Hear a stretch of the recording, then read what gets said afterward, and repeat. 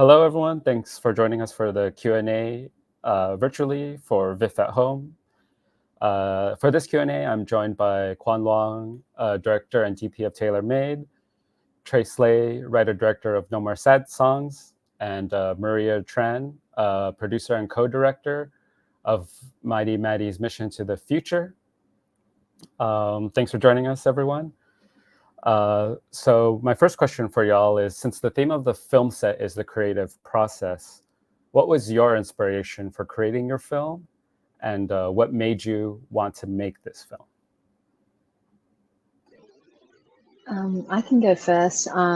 It was Maddy's Mission to the Future was something that wasn't planned. It was actually, I was producing and directing and acting in an action schlocky trilogy double feature film that I was looking for raising financing in that, and incidentally came across her father, who then spoke about her to me, and then telling me that, oh, she doesn't have a lot of time, and I wasn't sure what that meant. And it was like, oh, she's gonna, she has this condition called DIPG. So I decided to go, hey, you know what? Let's catch up over Zoom. Let's see if she wants to do something creative, and she did. And we spent countless of Zoom sessions together and coming up with stories, ideas, and dreams and all that stuff. And she wants to do action and she wants to be a superhero.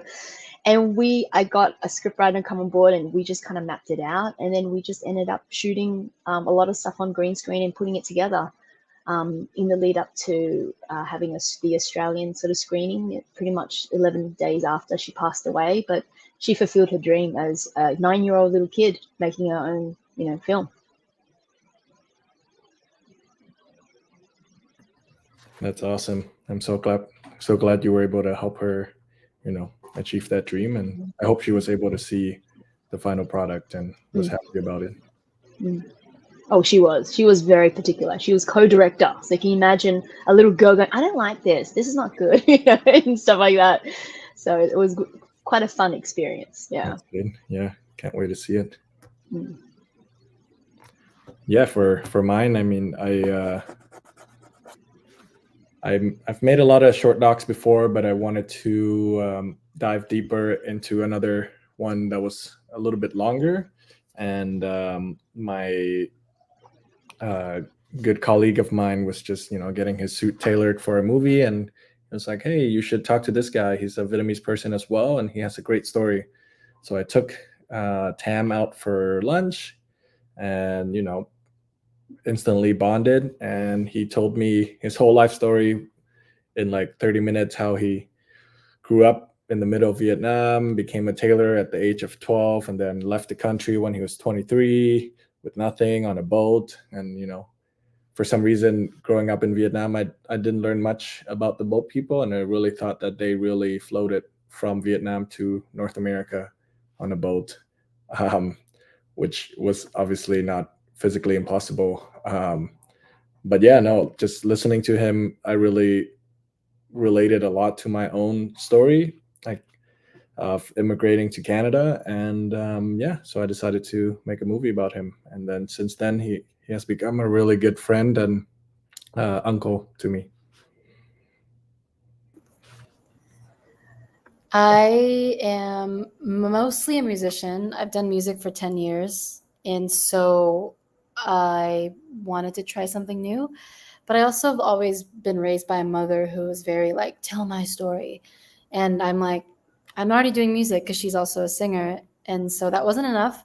And I love film and TV so much. And I just tried writing a script over during COVID. And I wrote a feature of like my mom and I's life, like loosely based, like a mother and daughter who both singers traversing the world of fame and fortune. She's much more famous than I am. But I then that was too much for me. I didn't know how to make movies, so I did music still. And then last year I just kind of whipped up a short during the strike, and it felt very timely because people were available and willing. And I truly did come up with a short, about my mom and I loosely.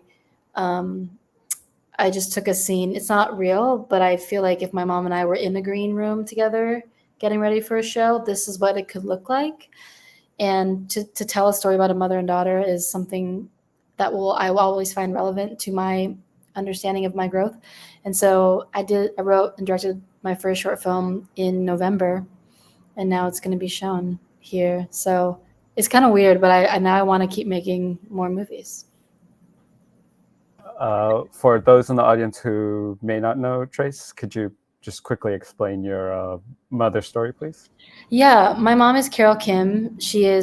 They would call her like the Tina Turner of Vietnam. So she kind of started New Wave. She's older than New Wave music, which is the documentary that is going to be also showing at Viet Film Fest, which is so cool.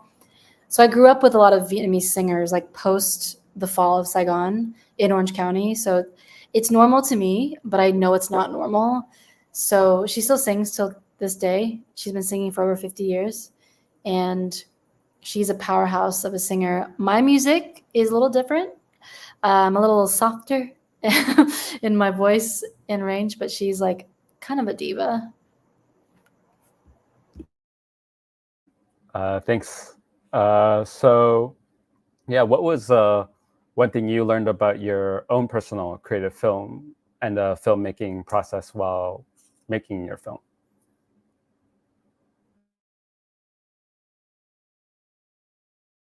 I'm so curious, did your mom have a lot of input in your film?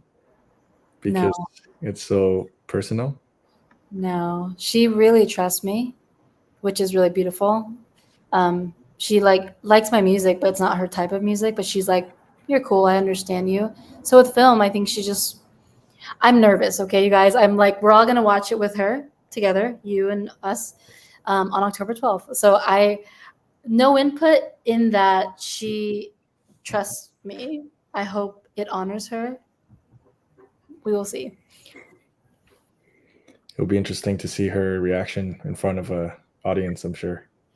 Yeah, I think to answer this question, I guess would make sense to say like the creative filmmaking process is you just have to be so honest. And I don't think I did this, but I was willing to like not hurt her feelings, but like this is my story and I want to communicate what it's like to be like a daughter of like a famous singer and how I love her so much. But this process of writing this fictional piece down, I really found therapeutic and freeing and less afraid to kind of face like just, the hard truths that is our parent relationship and how they're very different than us. Cool. Yeah, for me, it was cool to just try to relate more to the stories that I was telling. Yeah, it was just good for me to make a short doc that wasn't just shot in a day and then just edited and be done. I spent, I think overall, I think like it was a year from when I talked to him until I finished. I had just finished a feature doc before that. And I was like, I don't want to sink another year into a movie, so I'm just going to make this a short one. And then it still took a year, but it was really cool. It was just like I shot a little bit, went home, kind of edit the story back, and then come back, shoot a little more, and then shoot more footage. I just felt like I had more chance to develop and really find what I need for the story, and to use this to apply to a bunch of like labs and mentorship programs across Canada too. It was really cool to get a bunch of inputs and really grow as a filmmaker through this project. For me, I realized the importance of not just the product, but the process. So through the making of the Mighty Maddy's Mission to the Future, we not only made her film, but we made 10 5-minute documentaries as a part of that, and realizing that it started to be utilized as a way to lobby for cancer research in Australia. So it had that social impact ability. And the funny thing is, I've never done like animation before. I do action acting, so that's my thing. I'm usually in front of the screen. So this is a chance for me to really be facilitative and get really hands-on.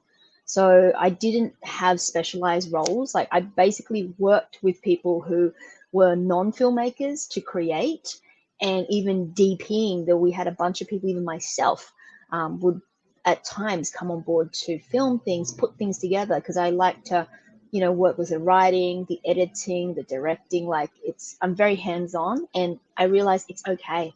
I mean, there is a stigma, I think, in the film industry sometimes about that. But I'm going to be that disruptor, and I'm starting to own that. Nice. Thanks, y'all. And I guess speaking on that topic, this question's for you, Maria.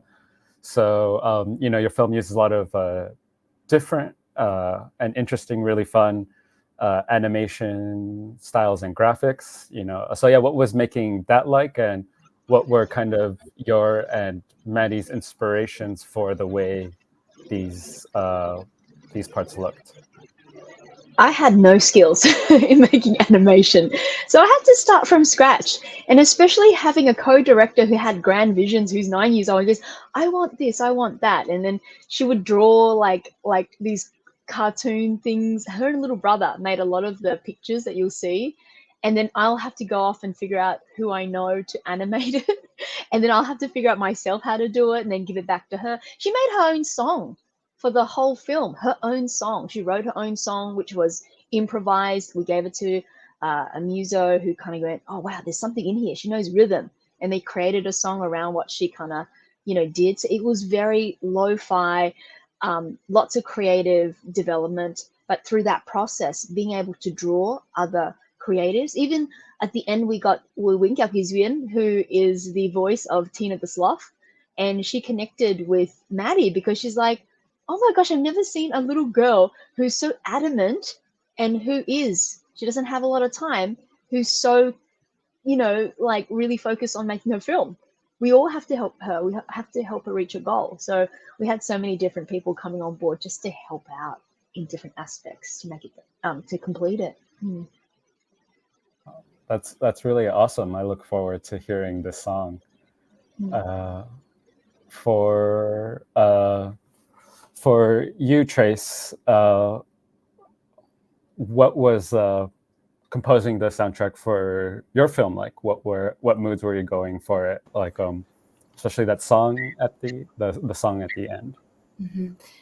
Yeah, I was like greedy. I was like, I do music. I should put music into this film so people can know I'm a musician too.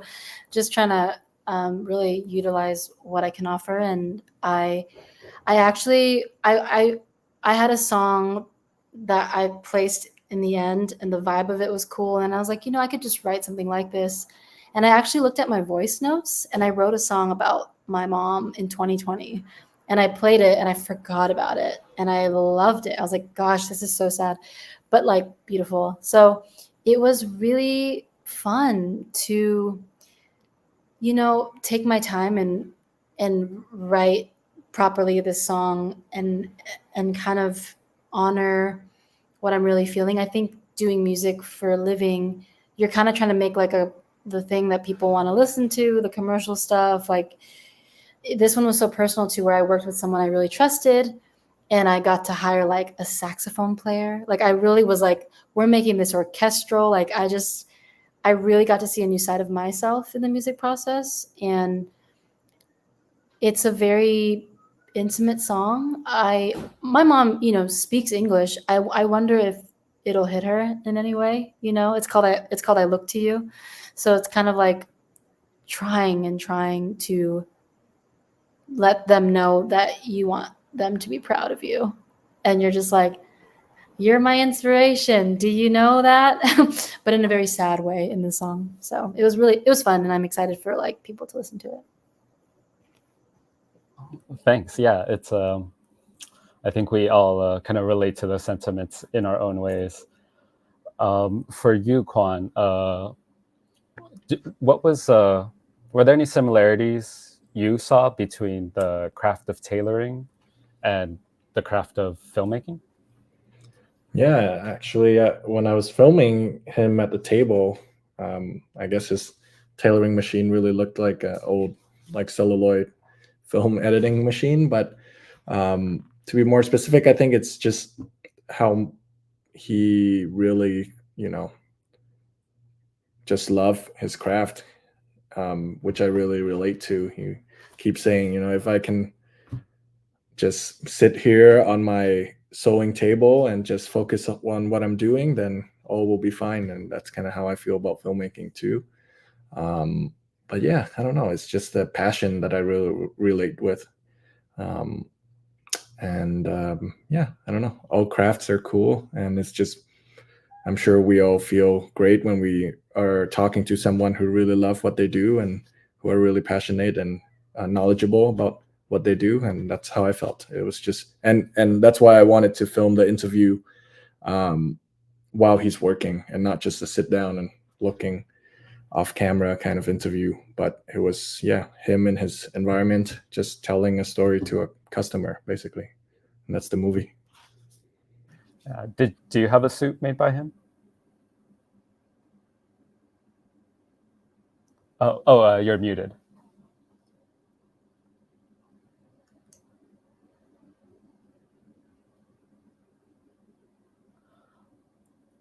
Oh, sorry, Kwan. Can you repeat that? You were muted. We'll cut this sorry. I said I got married like 12, 13 days ago, and I got a suit made by him, and it fit really well. It was his wedding gift, and I'm really happy about it. Yeah. Congrats on the wedding. Thank you. Still sticking with you, Kwan. You mentioned in your director statement that, quote, working alongside him to share his story has instilled me a newfound pride in my own journey. What did you see in Tam's story that reflected in your own?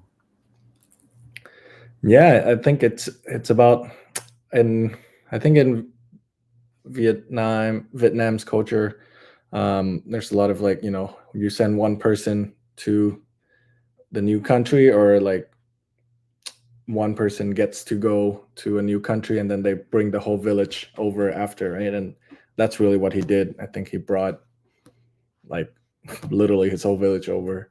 And it was really cool to go to a family get together and see like 40, 50 people get together, all because of one person that made it.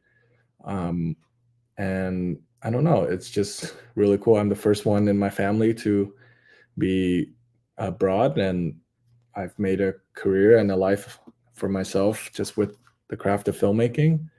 And I'm just really inspired by that. And he did the same. He came over a little harder, but all with the craft of tailoring. And he never really pivoted. It's just like, I'm going to do what I want to do and what I love to do. And there's no other way. And he did it. So yeah, it was really cool. I really like thinking about that, like how like the people in our lives shape what we think about and what we make. So this next, kind of on that theme, this next question's for you, Trace, kind of a double question. So yeah, how is your film's narrative influenced by you and your mother's musical career? I know you spoke about it briefly at the beginning of this Q&A, but can you just expand on that? And also just curious if how your own filmmaking has influenced your music. Yes, I'm like reading this question. I think that I've seen and acknowledged through making this film that the language that my mom and I share is music. We have different beliefs. We make different music. Like, she's a cool mom, and she's the best and very, from what I can gather, non-traditional to like most like Vietnamese parents. But I think that the narrative around my film is just kind of spotlighting the dreams that we have in our hearts. Like, she has an American dream, and I think she has done it. And I have an American dream as an American. Like, I'm trying to make movies and like continue making music. And so we both want like very similar things. And I think through this film, I was able to parse out just how where we clash, we can still find comfort in each other. And it's almost like we're both nodding our heads to like a good song because we both like it, and it doesn't really matter. Nothing else matters. in those moments, and I find that to be quite healing and necessary.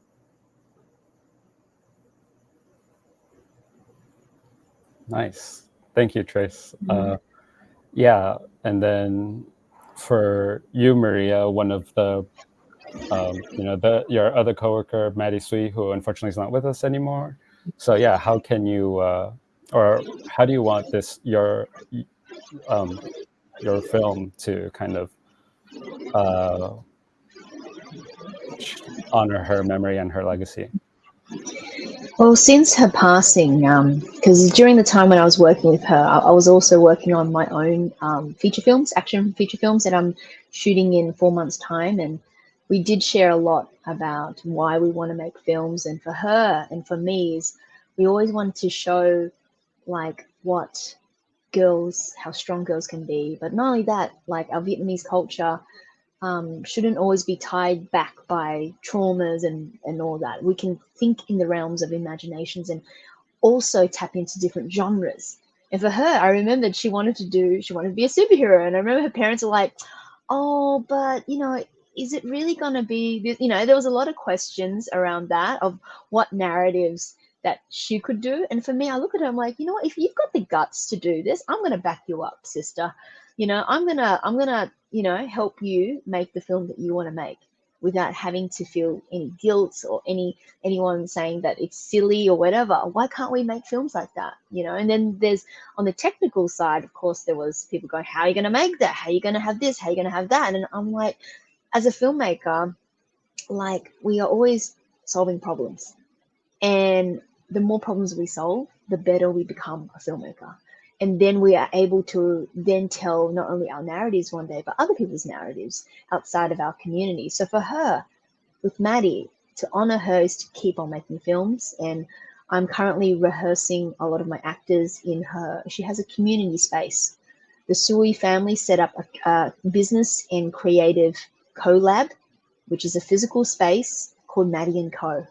And that in honor of someone who is young and fiercely creative, it is now a space that's accessible, and we continue to create work through that. So that's how we're going to keep on putting her name out there, but also reminding that, everyone's got an inner child. Even if you get much older and you never lose it, you might forget it, or your ego might get in the way, but essentially it's there.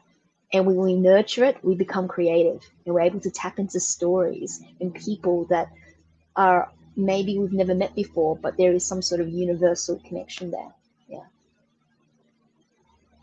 Yeah. Can you explain a little bit more about this space, please? That's really cool. I didn't know that. Yeah. So in the passing of Maddy, I think her family was always like, how do we make sure that no one forgets? And, I remember telling them film is one thing. Films, books, all these things kind of allow you to document somebody or a moment. And having a space would not only allow people to remember her, but allow people to then start to realize this is a space that you can be creative, and it's non-judgmental.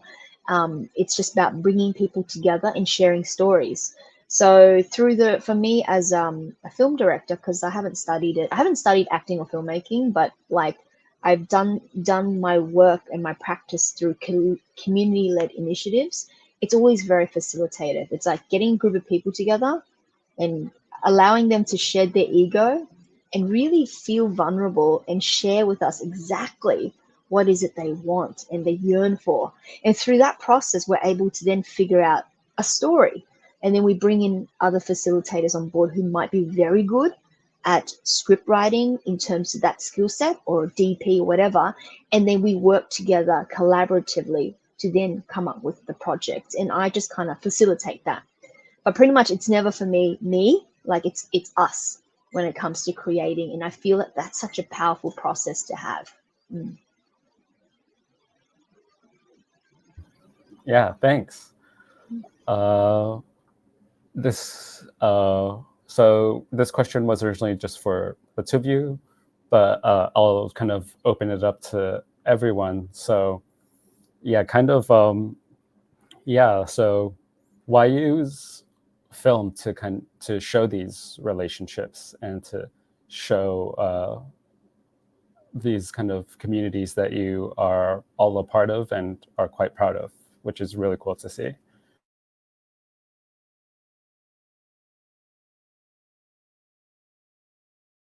I think for me, especially short films, it's just a really easy way for, people to learn and know about a story that you might have not know about or hear of if it wasn't for our films. Like someone can be making breakfast and watching Viet Film Fest online and can learn like 3 more stories that they've never heard of, or hear more voices from filmmakers around the world.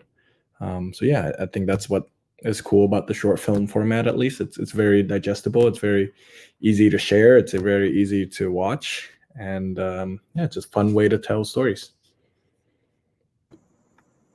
Yeah, I would echo that as well in terms of like short films, like easy access, short attention spans, kind of easy to send a link over. For me, it's more just like, let's keep trying different channels. It's like I've been trying to say stuff to my parents through my music, and it's kind of worked a little bit. And now I'm like, let's try film. Maybe they need to see it to kind of like understand. It's truly just me like screaming, someone know me, please.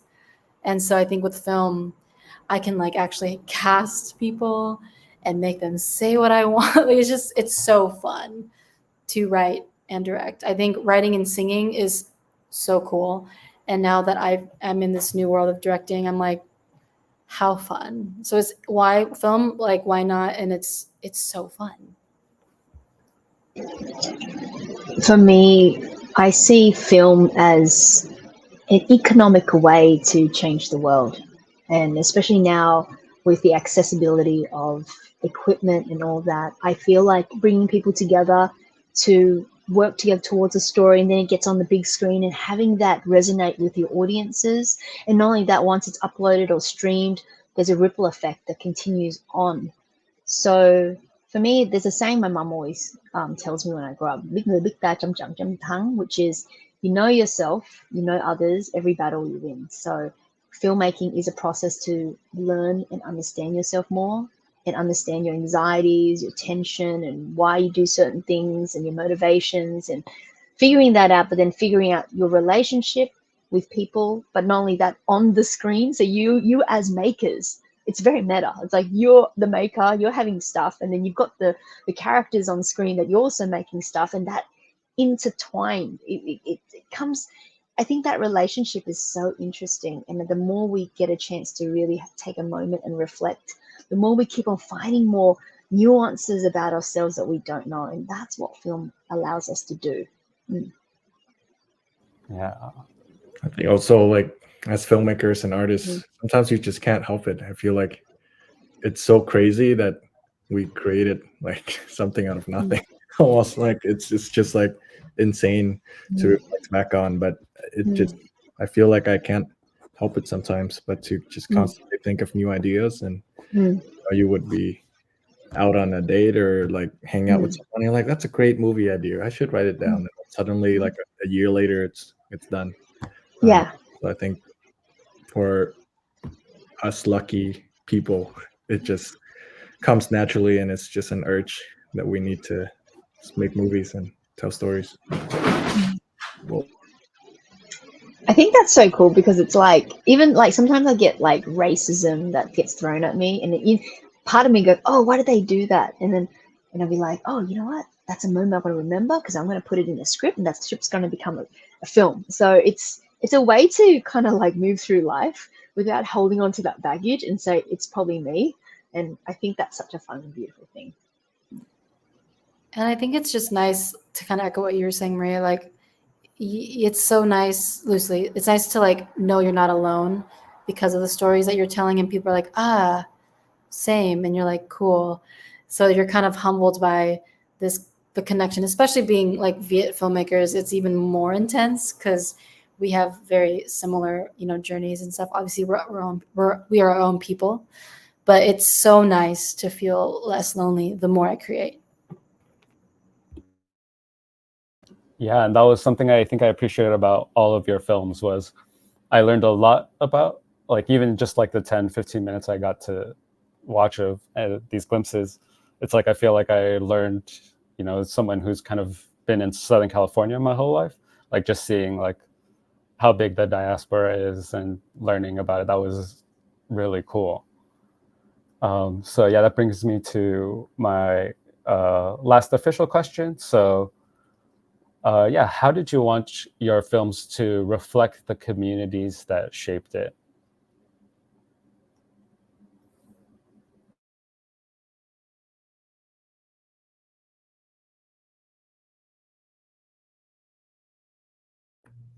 I think I hope that the film will get to the right audience and, you know, just get refugees and immigrants from across whatever the world, or sons and daughters of refugees and immigrants, just to realize it's cool to, um, you know, risk everything for a better life. And it doesn't have to be, you know, get on a boat and go into the ocean, but it can also be moving from a smaller city to a bigger city, moving from one side of the city to the other side, or one country to another country. I think it's gonna shape your life so much. Those kind of decision, it certainly has for me, and it changed my life. So, yeah, I want to inspire others to make a move that they've always wanted to do.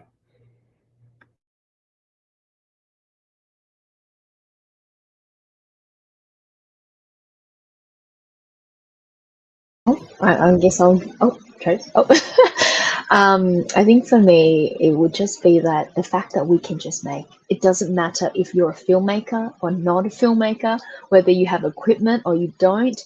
You can use your personality and your love of humanity to connect with the right people who have resources.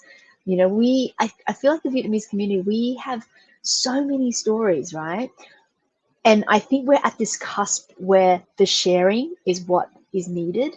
And the films that we put on at this film festival allows people to go, wait a minute, I have a story too. I want to share that story with someone. And who knows, that someone could help make that happen, or maybe I can have build the confidence to be able to make my film happen. And that's what I want people to start feeling, communities, to see themselves on screen, to build the confidence that they should and they belong on screen, and those stories are being told the way that it's being told deserves to be on screen. It's not censored by mainstream, nothing. This is your true grassroots filmmakers who are from the community wanting to share these stories that they know is going to resonate. That's a very interesting question, and I'm trying to put it off because it feels intense to me. But I think that I have said it's called No More Sad Songs because my mom only sang happy songs during like the pre the fall and after the fall. So she just sang upbeat, fun songs because her people needed it. And I get to sing sad songs in America because I'm just like an emo girl, just being like, life is so hard. And it is, you know, in my own way. So I don't discount that. But I think that I do want to like show the joy that I come from, but also knowing that there's a lot of grief of where I come from. And I talk about this a lot, but like the American dream is so interesting. Like, what is America? What is a dream? Like, it's changing so much. And I do feel very free because of my mom. And I think being a woman is so cool. And her being a very strong woman, doing what she has done and taking care of their family and all the things through a very glamorous life for sure, but a very hard one.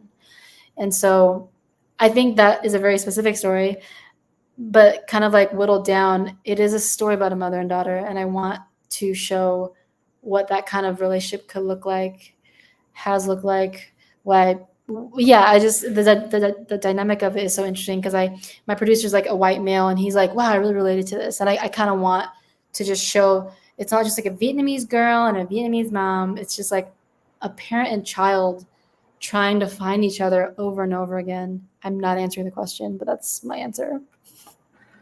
That's okay. It was still very thoughtful regardless. And yeah, thanks you all for kind of also being brave and vulnerable. So before we sign off, do y'all want to plug any of your upcoming projects, any of your anything you have on the docket that you're excited to share in addition to what is being shared right now?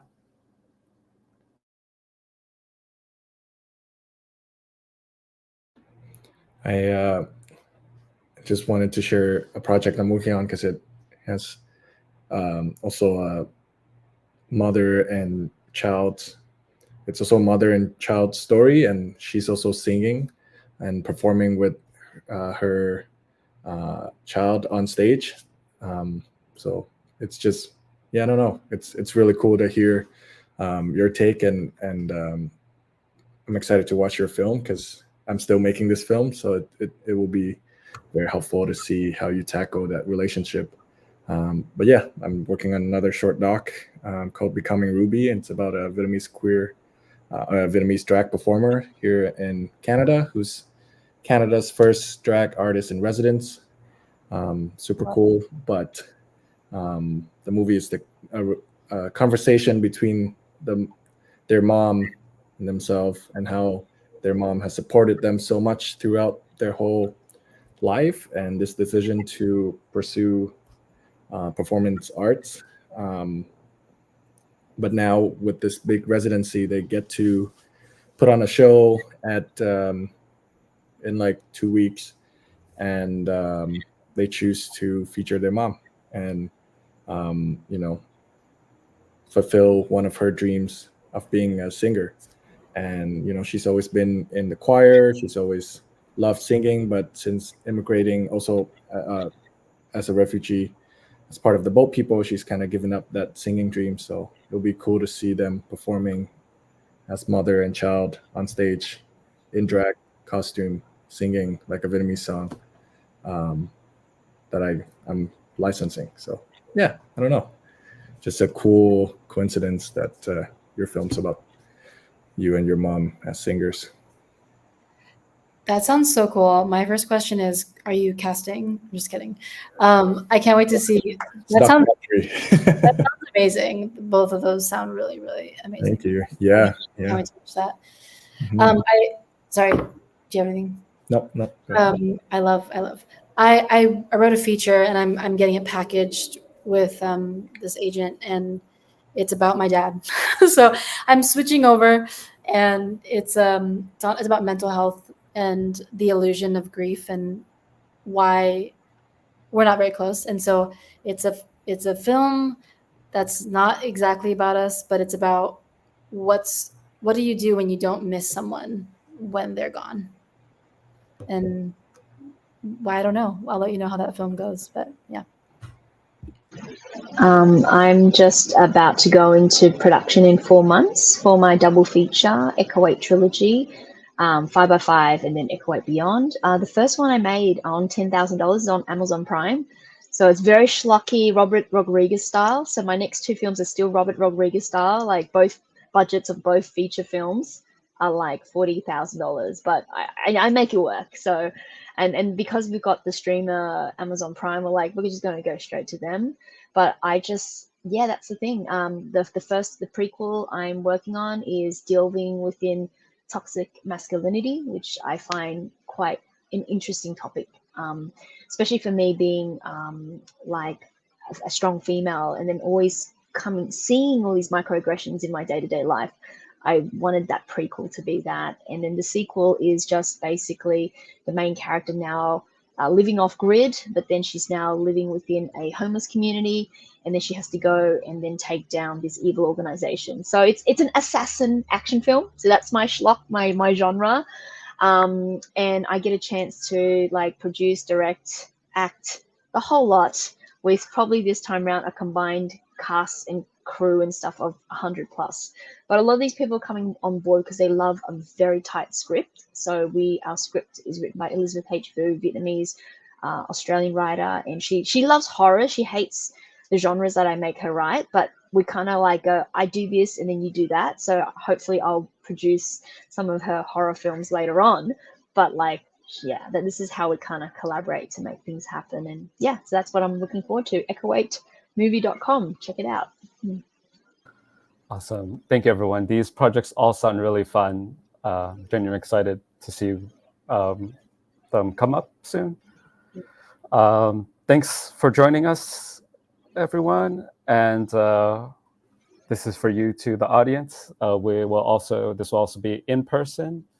So check the website for the schedule, and we'll continue this conversation then. In the meantime, stay safe, have fun. Thanks, everyone.